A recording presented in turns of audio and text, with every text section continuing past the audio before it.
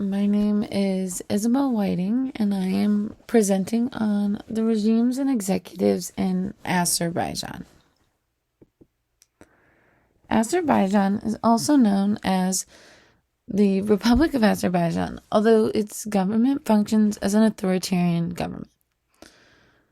Its government does consist of a unicameral legislature after the parliament was dissolved in late 2019, as well as an executive branch where most of the power is held by the president, which is given to the individual in that position by the Constitution.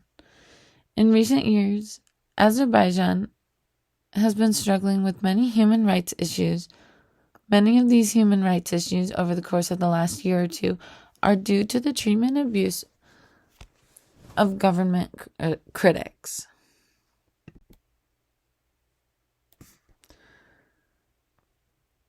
In the authoritarian regime that is in power in Azerbaijan, civil rights are limited and human rights are abused. Much of the power within Azerbaijan's government is concentrated to the president, as he holds much of the power within the upper status of the government, of the executives within the country's government. In addition to the abuse of human rights and the limitations of civil rights, political opponents are repressed, and any individuals who are considered to be critics of the government are treated rather poorly. Over the course of this class, human rights and civil rights issues have been addressed. It is more common to see authoritarian regimes or dictatorships having these human rights and civil rights issues. However, unlike the authoritarian regimes and dictatorships that we've looked at over this course, the power has been primarily concentrated in the dictator or in the sense of an authoritarian regime, often in the prime minister. However, in Azerbaijan, the power is concentrated primarily to the president, which is more in line with a democracy, although the country does not function with a democratic government.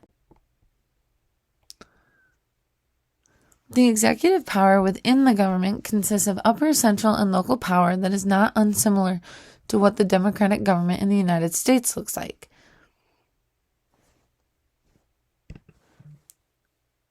However, this breakdown of the executive power within the country looks drastically different from the United States. Much of the executive power is held by the president of the country, who is elected to serve the president for a 7-year term with no specific term limit. The current president, Ilham Aliyev, has been in power since early 2003. As president, Aliyev has the power to appoint the prime minister and any other government officials to office for any positions that need to be filled. In May of 2022, many individuals who were openly critics of the government were arrested. 20 of those individuals were released as it was found that they were imprisoned on charges that were politically motivated, while many more individuals with similar charges continued to be detained. Many of the laws that have been put into place during the same time to continue to impede on non-governmental organizations.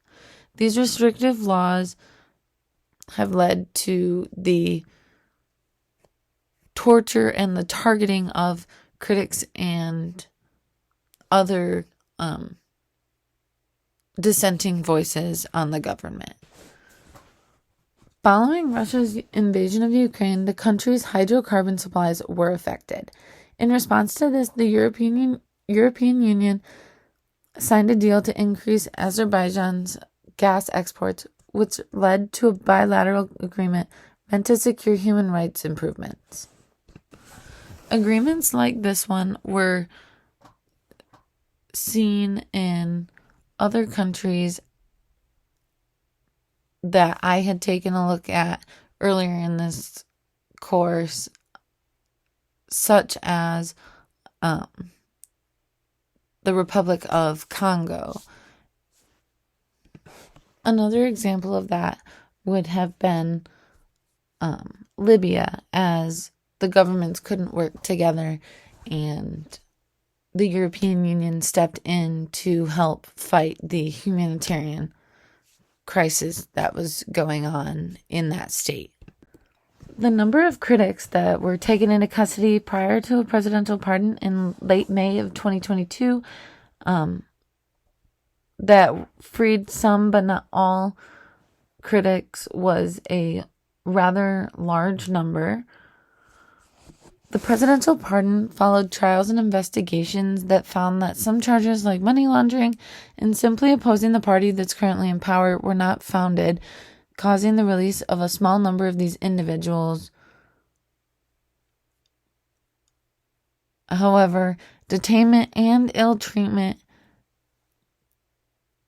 was continued. This detainment and ill treatment is also becoming a growing issue within the human rights crisis. There have been complaints of torture and kidnapping of prominent figures among activists that have taken place. According to some of the non-governmental organizations in Azerbaijan, 10 individuals that had ties to these groups had died by mid-2022 due to the torture that they endured, and by September of 2022, an additional 405 victims fell to this torture. They weren't necessarily killed or they didn't necessarily die, but they did have to endure the same torture that had killed those 10 individuals.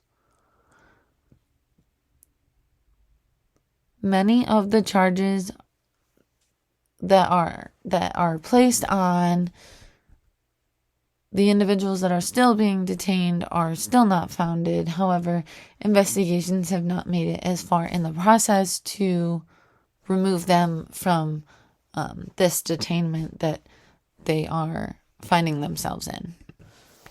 The freedoms that people living in Azerbaijan are allowed are very different from the United States, not simply because of the difference in government. The freedom of assembly is not a freedom that can be found as openly in Azerbaijan, as Azerbaijan has effectively banned protests that were held in Baku against the government in defense for the governmental critics who had been arrested. Another freedom that can be found freely or without consequences is the freedom of expression. A large portion of the mainstream media in Azerbaijan is controlled by the government. In addition to this governmental control, people who publicly criticize the government are faced with threats that are meant to silence them, as well as facing criminal defamation that is also used to silence them. The president of Azerbaijan has also put into place laws keeping non-citizens from owning or being a part of the mainstream media as well.